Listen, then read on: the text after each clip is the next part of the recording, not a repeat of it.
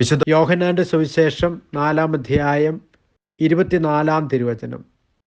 ദൈവം ആത്മാവാണ്, അവിടുത്തെ ആരാധിക്കുന്നവർ ആത്മാവിലും സത്യത്തിലുമാണ് ആരാധിക്കേണ്ടത്. കാരുണ്യവാനായ കർത്താവെ, ആത്മാവിലും സത്യത്തിലും അങ്ങേ ആരാധിക്കുവാൻ ഞങ്ങൾക്ക് കൃപ നൽകണമേ. ആമേൻ. ദൈവം നിങ്ങളെ സമൃദ്ധമായി അനുഗ്രഹിക്കട്ടെ.